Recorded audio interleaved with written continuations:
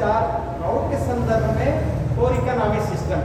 पहला people's economic, people's जो आम आदमियों से जुड़ा हुआ, जिसको गण अर्थनीति कहते हैं। दूसरा है साइको इकोनॉमी, जिसको बोलते हैं मानस अर्थनीति, जो बहुत ये आगे की चीज इसके बारे में अभी तक कहीं सोचा नहीं गया है। उसके बाद है कमर्शियल इकोनॉमी और पीपल इकोनॉमी। बाबा बोलते हैं कि जो अभी के इकोनॉमिस्ट लोग हैं वो केवल कमर्शियल इकोनॉमी पर ध्यान देते हैं, थोड़ा बहुत जनरल इकोनॉमी के बारे में सोचते हैं। और पीपल इकोनॉमी और साइको इकोनॉमी के बारे में अभी तक कोई कॉन्सेप्ट ही नहीं है। बाबा ने फिर कॉन्सेप्ट दिया कैसे कैसे ये व्यवस्था होगी, ये पूरी जो अर्थव्यवस्था चल रही है देश, वो कैसे अलग अलग भागों में वर्गीकृत किया गया कि पीपल्स इकोनॉमी में कौन कौन सा चीज़ आएगा, साइको इकोनॉमी में कौन कौन सा चीज़ आएगा, कमर्शियल इकोनॉमी में किसको डील करेंगे और जनरल इकोनॉमी में किसको डील करेंगे। तो उसी के बारे में हम एक एक पॉइंट पे ध्यान देंगे कि जो हमारी जो अर्थव्यवस्था थी, जब भारत स्वतंत्र हुआ था तो उसमें बोलते हैं $1 1 रुपए के बराबर था। और जब हम क्लास 8 में पढ़ते थे तो हमें अभी भी याद है, हमारे मैथमेटिक्स में, अंक गणित में, अर्थमेटिक में होता था $1 8 रुपए के बारे में। हम विनिमय पढ़े हैं, अभी तक याद है, $1 8 रुपए के बराबर। ये 1968 की बात।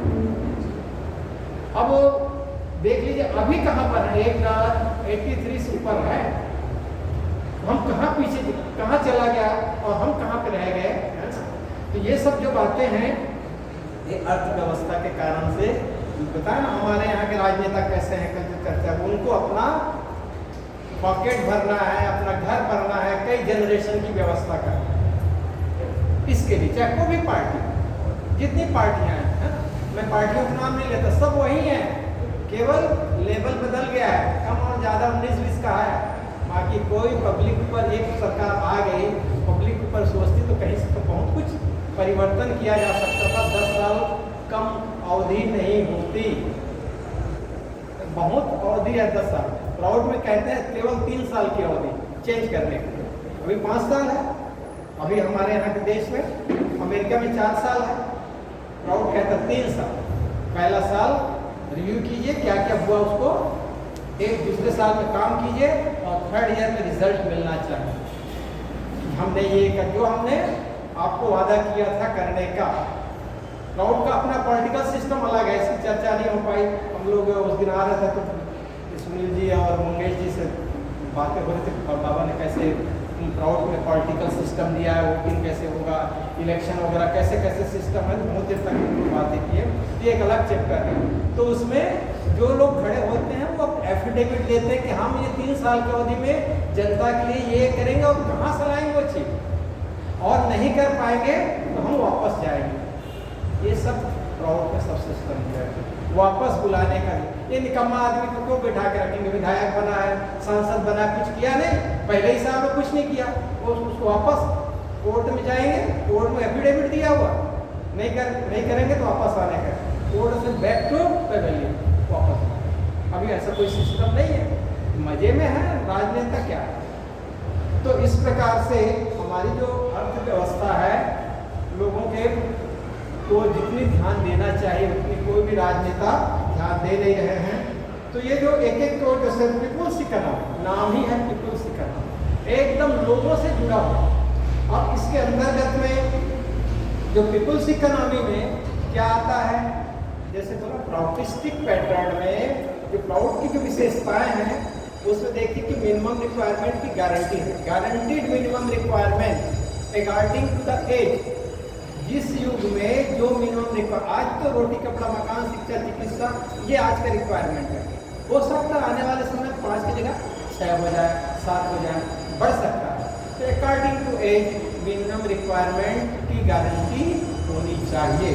ये कौन करेगा, अभी जो बोल रहे हैं ना, तो भोजन चाहिए, कपड़ा चाहिए, मकान चाहिए, शिक्षा और चिकित्सा, ये तो प्राउडिस्टिक पैटर्न में फ्री है ना। पहले बता दिया कि प्राउड में एक समान शिक्षा व्यवस्था, एक समान मेडिकल, ये तो फ्री है एकदम। अब रही बात बाकी 3 प्लस और भी खर्चे होते हैं, रोटी कपड़ा मकान के अलावा बहुत सारी चीज़ें, मोबाइल भी लेना है, बाइक भी लेना है, घर की और भी बहुत सारी ज़रूरतें होती हैं, वो सब करने के लिए आपको क्रय शक्ति मिलेगा। तो ये जो मिनिमम रिक्वायरमेंट है ये पूरा करने का जो जिम्मा है ये इसी पीपुल्स इकोनॉमी से जुड़ा हुआ है। और साथ ही साथ ये प्राउड में दिया हुआ है नवा पॉइंट है, युगस्य सर्वनिम्न प्रयोजनम सर्वेषाम विधेयम। युग के अनुसार जो भी रिक्वायरमेंट होगा वो उसको वो गारंटीड होगा। कैसे गारंटीड होगा आगे क्रय शक्ति के माध्यम से बताएंगे। तो ये जो रिक्वायरमेंट गारंटीड तो है, लेकिन साथ ही साथ वहीं पे अटके नहीं रहना। किसी युग में सबको मान लो बांट दिया गया, एक एक साइकिल दे दी गई, अब सारी जिंदगी एक ही साइकिल में पड़ा नहीं रहना है, उसके स्टैंडर्ड के ऊपर होगा। बाबा ने उसके बाद एक और 10वें नंबर का पॉइंट दिया, अतिरिक्त प्रगातव्यम गुणाने पाते। सबको हमने हमारे देश की जो संपत्ति है मिनिमम रिक्वायरमेंट के हिसाब से सबको मान लो एक उदाहरण के लिए बाईसाइकिल में सबको हमने साइकिल दे दिया। तो जो इंजीनियर हैं, डॉक्टर हैं, है ना, उनको हम स्पेशल देंगे, इंसेंटिव देंगे।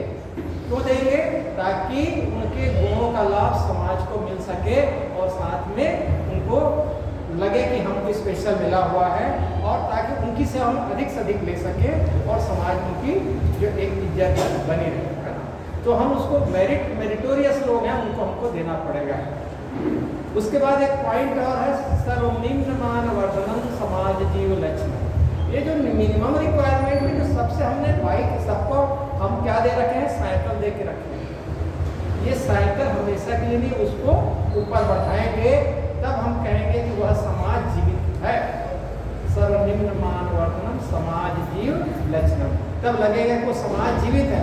नहीं तो पढ़ाई रहा सारी जिंदगी, साइकिल उससे ज़्यादा नहीं दे पा रहा है, तो साइकिल समाज में कोई प्रोग्रेस नहीं रहा, वो डेड हो गया वो समाज, वो पूरी उसकी इकोनॉमी चौपट हो गई है। तो ये जो संवर्धन करने का मिनिमम रिक्वायरमेंट देना है, और साथ ही साथ ये जो संवर्धन करना है, विकास के साथ साथ संवर्धन, जो मिनिमम रिक्वायरमेंट का जो स्टैंडर्ड है, दूसरे शब्दों में कहेंगे हम लिविंग स्टैंडर्ड लोगों का, वो भी बढ़ाना है। ये पीपुल्स इकोनॉमी के अंतर्गत आए। दूसरा पॉइंट है यातायात की व्यवस्था। लोग रहते हैं चाहे शहर में हो चाहे ग्रामीण क्षेत्र में, सबके यातायात की व्यवस्था के बारे में ये पीपुल्स इकोनॉमी में सोचा जाएगा। और उसके लिए क्या करेगा, अभी तो गवर्नमेंट ने बहुत कुछ दिया है, गाँव को सड़कों से जुड़ा हुआ है। भले रोड कंडीशन कई अलग अलग स्टेट में, मैं छत्तीसगढ़ से बिलोंग करता हूँ, तो हमारे यहाँ रोड बहुत अच्छी है। हमने कभी सपने में नहीं सोचा था कि हमारे गाँव में रोड जाएगा, और एकदम गाँव में जो कंक्रीट रोड है, सीसी रोड है, गाँव के अंदर में जो रोड होते हैं वो तक सीसी रोड है। तो छत्तीसगढ़ का अलग से स्टेट बनने के बाद बहुत फायदा हुआ। भवन होता है सोशियो इकोनॉमिक जो जोन बना है, एक्चुअली में 44 समाज है, तो 44 स्टेट की कल्पना नहीं है। कई लोग बोलते हैं 44 स्टेट हो जाएगा, तो 44 स्टेट नहीं है। वो आपने उस स्टेट के अंदर में एक एक सोशियो इकोनॉमिक जोन बनना है, और उसके लिए संघर्ष करना है कि उसके लिए एक अलग बजट बने। सोशियो इकोनॉमिक जोन है, जैसे सह्याद्री समाज है, विदर्भ समाज है, कोंकणी समाज, ये 3 हो गया, कुछ पार्ट दूसरे का है उसमें। तो सह्याद्री समाज जो है इसके एक अलग बजट बननी चाहिए पूरा, और यहाँ का जो संसाधन है वो यहीं पर खर्च होनी चाहिए। मैं छत्तीसगढ़ के संदर्भ बता रहा हूँ, वहाँ इतना मिनरल, इतना संसाधन, मतलब मिनरल रिसोर्सेस है, नेचुरल रिसोर्सेस है। छत्तीसगढ़, उड़ीसा और झारखंड, ये बहुत, मतलब मैं कहता हूँ इंडिया बहुत ज़्यादा रिच है, लेकिन इंडिया बहुत ज़्यादा गरीब भी है।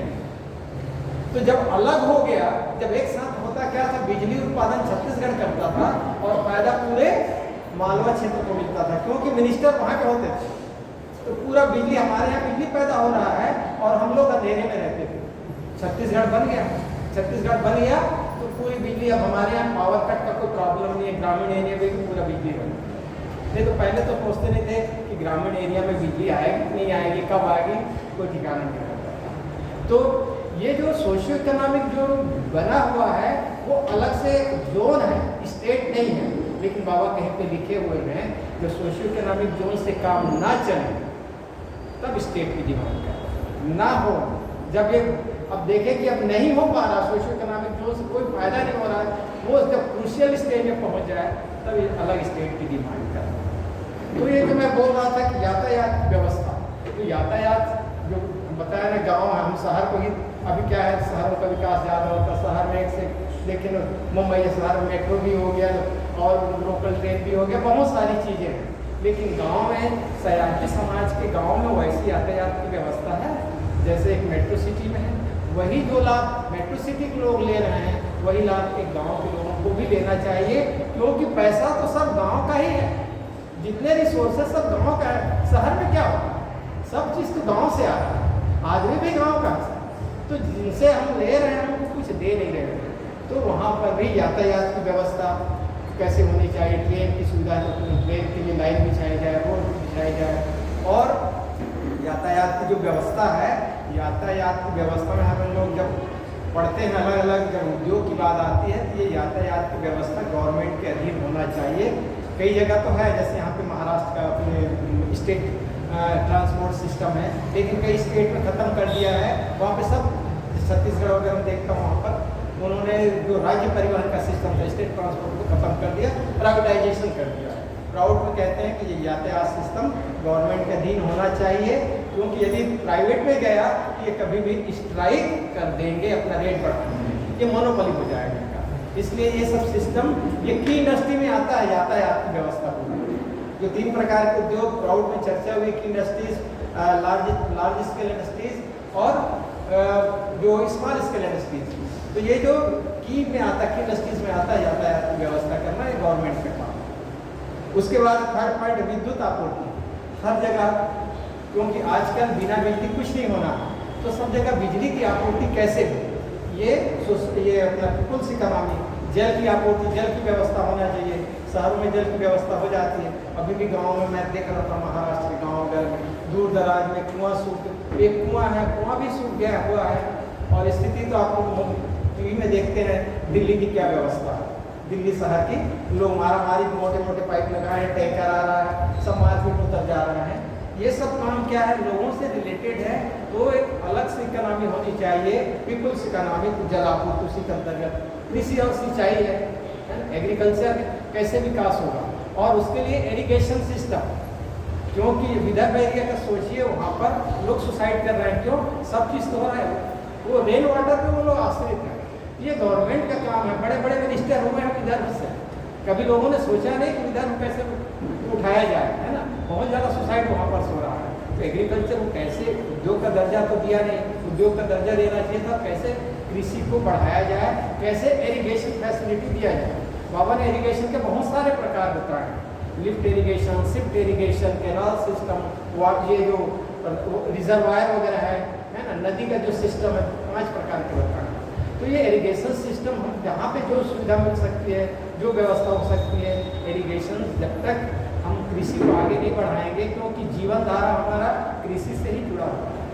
क्योंकि हम एक बार मकान नहीं रहेगा, पुस्तक नहीं रहेगा तो चल सकते, लेकिन अनाज नहीं रहेगा तो हम जी नहीं पाएंगे। तो कृषि के बारे में हमको सोचना है। उसके बाद है 6वें नंबर पर पीपुल्स इकोनॉमी के अंतर्गत जो अति आवश्यक वस्तु है उनका उत्पादन कैसे होगा। जो मिनिमम रिक्वायरमेंट अभी अति आवश्यक है, रोटी, कपड़ा, मकान, शिक्षा, चिकित्सा, इसका प्रोडक्शन कैसे होगा, उसका डिस्ट्रीब्यूशन कैसे होगा, मार्केटिंग कैसे होगी, स्टोरेज कैसा होगा, उसका मूल्य निर्धारण। हमने प्रोडक्शन बनाया, मान लो यहाँ पे गन्ना उत्पादन हुआ, 1 क्विंटल गन्ने का कीमत क्या होगा, अभी तो सरकार निर्धारित करती है ना, तो गन्ना उत्पादक से पूछते थोड़ी कितना पैसा लगा, सरकार ने रेट कर दिया। अभी तो टीम दिखा रहा था मूंग का इतना होगा, इसमें गवर्नमेंट ने तय कर दिया, पूछा ही नहीं सरकार, वहाँ से उत्पादन करता है कितना पैसा लगा होगा, क्या हो, कुछ नहीं, रेट तय कर दिया, मूंग इतना, गन्ना इतना, ये सब चीज़ का। अभी 2-3 दिन पहले मैं टीवी में देख रहा था, सबका रेट सरकार ने निर्धारित कर दिया है, MSP का जो। तो ये मूल्य निर्धारण का काम भी लॉजिस्टिक पैटर्न में, जब एग्रीकल्चर को दर्जा मिल जाएगा उद्योग का, तो उसकी अलग कोऑपरेटिव